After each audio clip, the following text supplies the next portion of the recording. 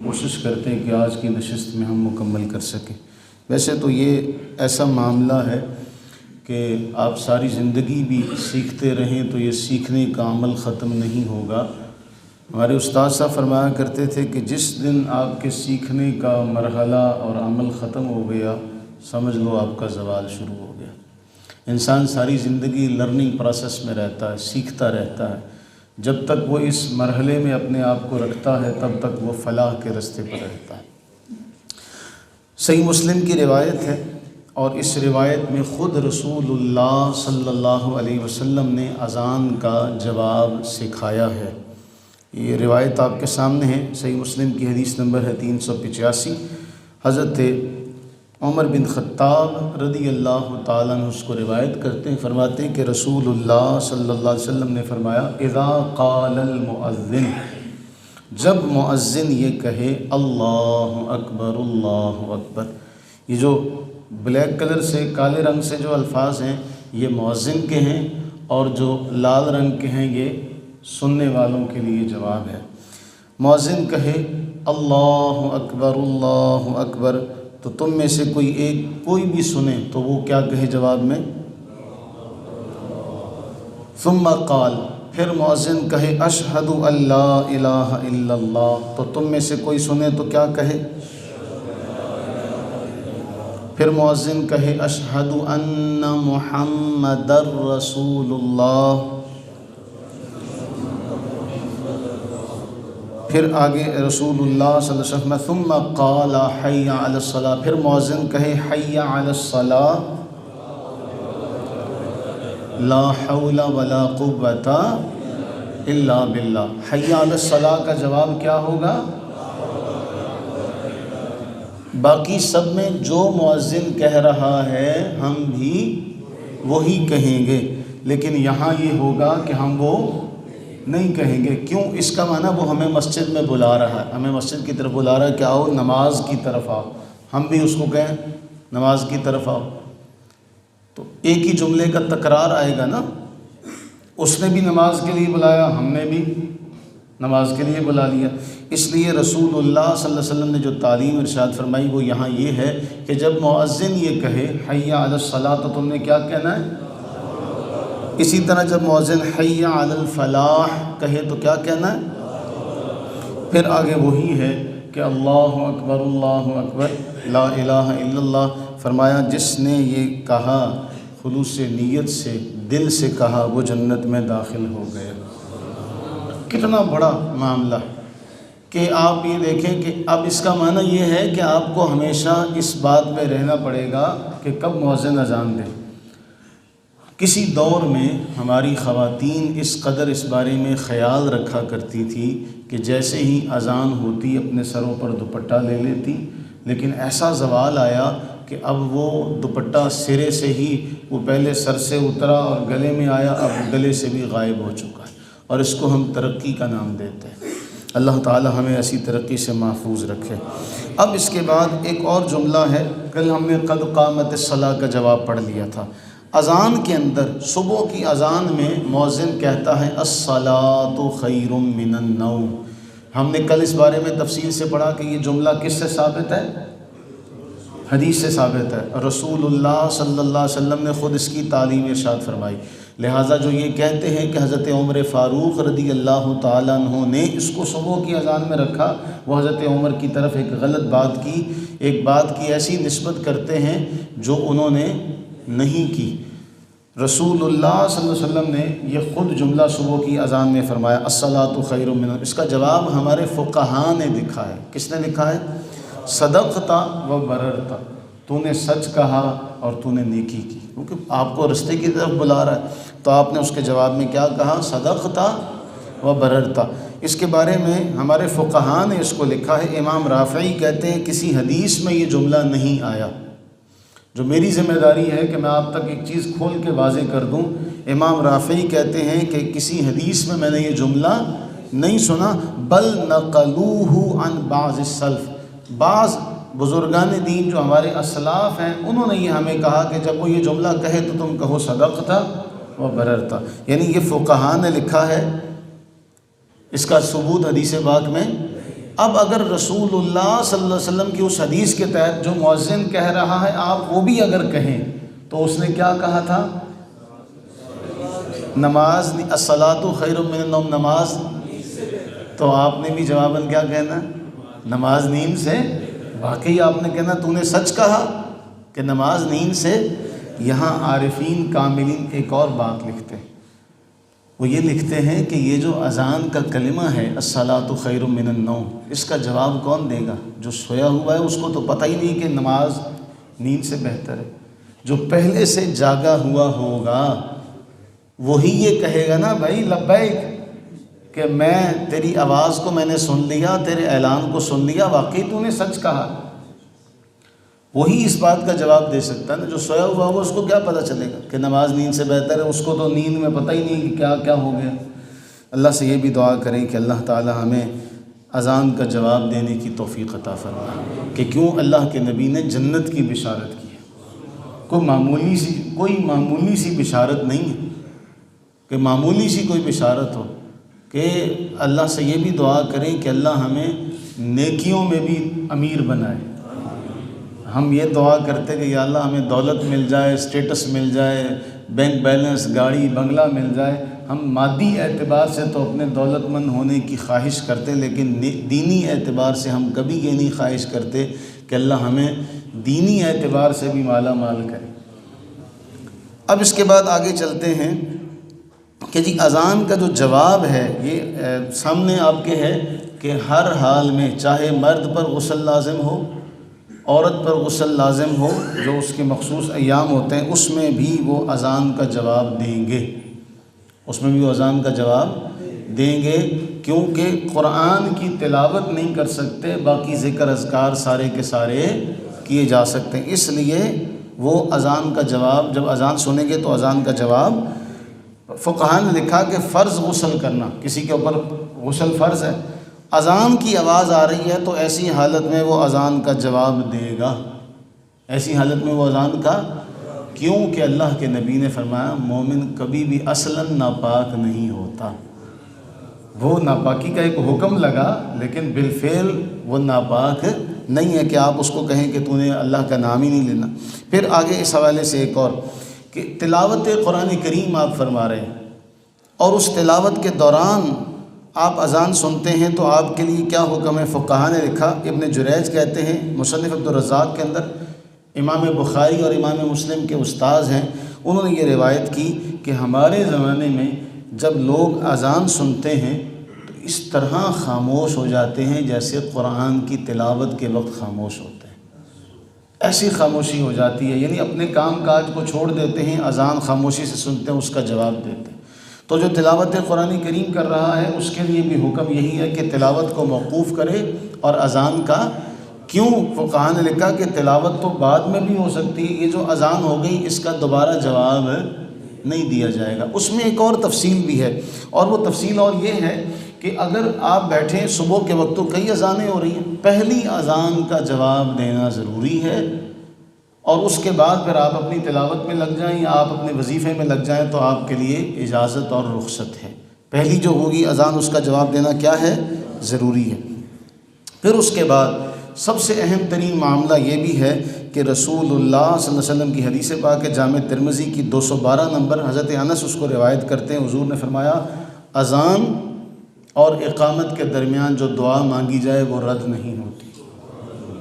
الدعاء لا يرد بین الاذان والاقامہ، اذان اور اقامت کے درمیان مانگی جانے والی دعا رد۔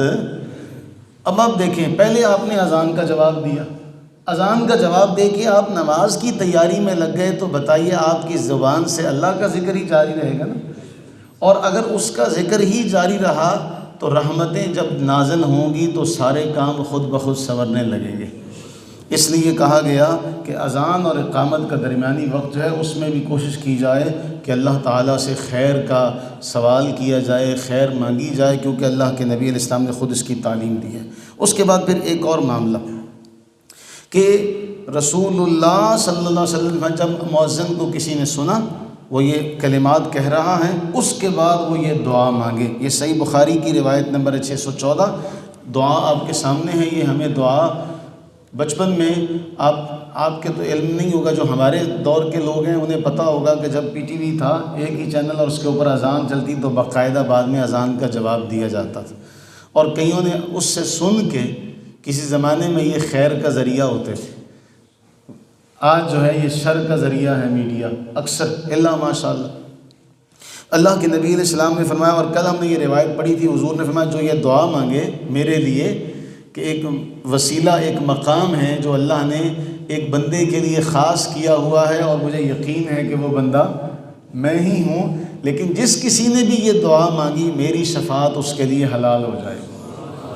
اللہم رب هذه الدعوة التامة والصلاة القائمة آت محمدا الوسیلة والفضیلہ وابعثه مقاما محمودا الذی وعدتہ۔ یہ اس میں اتنی ہی ہے صحیح بخاری کے اندر، پھر دیگر کتب احادیث سے وہ جملے اور ٹکڑے لے کر ہمارے فقہاء نے اس کو جمع فرمایا، اور اس کے اندر وہ الفاظ کا اضافہ ہے والفضیلہ والدرجۃ الرفیعہ وابعثه مقاما محمودا الذی وعدتہ، آگے وارزقنا شفاعتہ یوم القیامہ انک لا تخلف المیعاد۔ یہ سب کے سب جملے احادیث طیبہ سے لیے گئے ہیں۔ اب بعض اس پر اتنے متشدد ہوتے ہیں، دیکھو جی حدیث میں صرف یہی دعا آئی، بھائی دعا ہے نا۔ ہمارے فقہاء نے یہ بھی لکھا کہ اگر آپ اس کو حدیث کا حصہ نہیں سمجھتے، ایک ہے کہ جتنا آپ کو اللہ کے نبی صلی اللہ علیہ وسلم نے تعلیم دی، آپ اس کے اندر کچھ اگر چیزیں دعا میں شامل کر لیتے ہیں، اس وقت آپ روایت حدیث نہیں کر رہے، اس وقت آپ حدیث کی روایت نہیں کر رہے، اس وقت آپ اللہ سے دعا مانگ رہے ہیں۔ اس لیے دعا مانگتے ہوئے ان کلمات کا اگر اضافہ کریں کہ اے اللہ ان کو فضیلت عطا فرما، ان کو درجہ رفیع عطا فرما، تو حضور کے لیے درجہ رفیع کی دعا مانگنا کون اس سے پاگل منع کرے گا، اور یہ کون سا کوئی گناہ کا کام ہوگا۔ پھر آخری جو جملہ ہے، اے اللہ ہمیں قیامت کے دن ان کی شفاعت سے حصہ عطا فرما۔ اگر کوئی یہ دعا مانگتا ہے تو اس میں بھی بعض ایسے لوگ ہیں کہ اللہ تعالیٰ معاف فرمائے، سفہاء اور جہلاء، وہ حمقاء، وہ یہ کہتے ہیں دیکھو جی حدیث میں اضافہ کر دی، حدیث میں اضافہ کر دی۔ وہ اللہ کے بندو کوئی عقل سے کام لو، اس وقت وہ دعا مانگ رہا ہے، نہ کہ وہ روایت حدیث کر رہا، وہ تو دعا مانگ رہا ہے۔ اور دعا کا معنی یہ ہوتا ہے کہ اللہ سے اپنی باتیں کرنا، مناجات کرنا، تو وہ اللہ سے اپنی معروضات پیش کر رہا ہے، اس وقت بھی آپ اس کو کہو جی اس میں اس طرح نہیں کرنا، تو پھر دعا میں تو بعض اوقات یہ بھی ہے کہ ہم اپنی زبان میں بھی دعا مانگتے ہیں، اپنی زبان میں بھی دعا۔ اور کسی عارف نے بڑا خوب کہا، اس نے کہا اللہ سے مانگنا ہو نا تو رٹے رٹائے الفاظ نہیں، مناجات کا معنی بڑا خوب کیا عارفین نے، ایسا حسین معنی مناجات کا ہمارے بزرگوں نے کیا سمجھانے کے لیے کہ جب آپ گھر کو آتے ہیں، صبح سے شام کو گھر آتے ہیں، تو آپ کے گھر والے آپ کو ساری خیر خبر دیتے ہیں، ایسے ہوا تھا ایسے ہوا تھا، حالانکہ آپ کا اس سے کوئی لینا دینا، لیکن ایک تعلق ہے، اس تعلق کی بنیاد کے اندر یہ بات شامل ہے کہ وہ اپنی ساری رودات سناتے ہیں۔ اسی طرح آپ بھی اپنی ساری رودات سناتے ہیں، آج دفتر میں یہ ہوا، یا آج دکان میں یہ ہوا، آج بازار میں یہ ہوا، اس کو کہتے ہیں مناجات۔ وہ کہتے ہیں جب کبھی رب کے حضور حاضری کا موقع ملے تو پھر رب سے بھی ایسے باتیں کیا کرو، رب سے بھی ایسے باتیں کیا کرو، پھر دیکھو کہ کیسے رب کی رحمت جو ہے وہ تم پر اللہ تعالیٰ نازل فرماتا ہے۔ یہ باتیں اس کے بعد یہ اذان کے مسائل ہمارے تقریباً مکمل ہوئے۔ اب 2-3 اہم باتیں ہیں۔ آپ یہ دیکھیے گا کہ ہم جب صلاۃ پڑھتے ہیں تو اس میں ہم پڑھتے ہیں الصلاۃ والسلام علیک یا سیدی یا رسول اللہ، لام کے اوپر زبر ہے، لام کے اوپر کیا ہے؟ زبر ہے۔ اگر آپ قرآن کریم اٹھائیں تو قرآن میں بھی آپ کو اس قسم کے فرق جو ہے وہ آپ کو ملے گا۔ مثلا میں آپ کو اس کی مثال دیتا ہوں، یہ دیکھیں، یہ آپ کے سامنے عربی زبان کے اندر چونکہ فصاحت و بلاغت بہت زیادہ ہے، اب ایک ہی جملہ ہے لیکن اس جملے کے آگے پیچھے کچھ اور لفظ آ جائیں، ایک ہی لفظ سے پہلے کچھ لفظ آ جائیں تو اس کی حالت بدل جاتی ہے۔ مثلا لفظ زید ہے، اب اگر لفظ زید کا جملہ بنایا جائے جاء زیدن، تو زیدن کی دال کے اوپر ہے پیش، آیا زید، کون آیا؟ یہاں زید فاعل ہے، یہاں زید کیا ہے؟ لیکن یہاں فاعل اس لیے ہے کہ اور اس کی نشانی ہے کہ دال کے اوپر 2 پیش ہے۔ اگلا جملہ ہے رأیت زیدن، میں نے دیکھا زید کو، اب یہاں زید مفعول ہے، یہاں زید، اب زیدن کی دال کے اوپر 2 زبر ہے۔ تیسرا جملہ ہے مررت بزیدن، میں زید کے پاس سے گزرا۔ اب یہ بڑے دقیق مسائل ہیں، ہو سکتا ہے آپ کو سمجھ میں نہ آئیں اور آپ اس سے پریشان ہو جائیں کہ کہیں رسول اللہ ہے، کہیں رسول اللہ ہے اور کہیں برسول اللہ ہے۔ میں اس کی ایک اور مثال آپ کو قرآن سے دوں تاکہ آپ کے لیے سمجھنا آسان ہو جائے۔ آپ قرآن اٹھائیے تو قرآن میں کئی جگہ پر ہے وَكَانَ اللَّهُ، لفظ اللہ کی ہاں پر کیا ہے؟ پیش ہے۔ اسی طرح کئی جگہوں پر ہے ان اللہ، زبر ہے۔ اسی طرح انا للہ، انا للہ و انا الیہ راجعون، یا ان اللہ مع الصابرین، کان اللہ عزیزا حکیما، کان اللہ غفور الرحیم۔ اب لفظ ایک ہی ہے، اس میں جلالت۔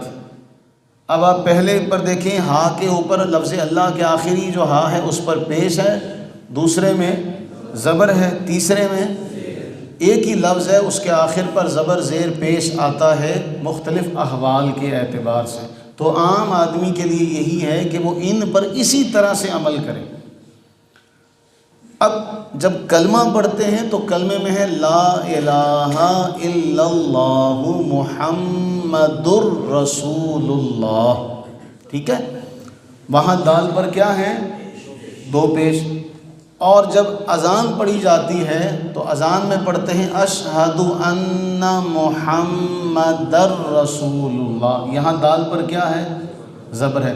اس لیے اس کا تھوڑا سا خیال رکھیں کہ جب ہم اذان پڑھتے ہیں تو اذان میں اشہد ان محمد الرسول اللہ ہے، محمد الرسول اللہ نہیں، کیونکہ کلمے میں اور ہے، اذان میں یہ فرق ہے گرامر کے اعتبار سے۔ چونکہ عام آدمی اس کو نہیں سمجھ سکتا، اس کے لیے یہ ہے کہ بس اس کو فالو کرے، اس کے پیچھے پیچھے چلے، جو لکھا ہوا ہے اس کو اسی طرح من عن ایز اٹ از اس کو پڑھے، تاکہ اگر وہ اس میں کمی کوتاہی کرے گا تو پھر کیا ہوگا معنی میں بسا اوقات ایسا فرق آتا ہے، جس طرح قرآن کریم میں آتا فَعَصَىٰ فِرْعَوْنُ الرَّسُولَ۔ اب وہاں معنی یہ ہے پس نافرمانی کی فرعون نے رسول کی۔ اب اگر یہاں فرعونوں کی نون کو آپ زبر دے دیں تو معنی پتہ کیا بنے گا؟ فرعون کی نافرمانی کی۔ ایک نقطے نے محرم سے مجرم بنا دیا۔ تو اس لیے یہ بڑی باریکی کے الفاظ ہیں، ان کو تصحیح کر لیا کریں۔ جب صلاۃ پڑھی جاتی ہے تو اس میں پڑھا جاتا ہے الصلاۃ والسلام علیک یا رسول، اور جب حدیث پاک پڑھی جاتی ہے تو اس میں کہا جاتا ہے قال رسول اللہ صلی اللہ علیہ وسلم۔ تو یہ بڑے اہم کچھ معاملات ہیں، اس لیے ان باتوں کو ہمیشہ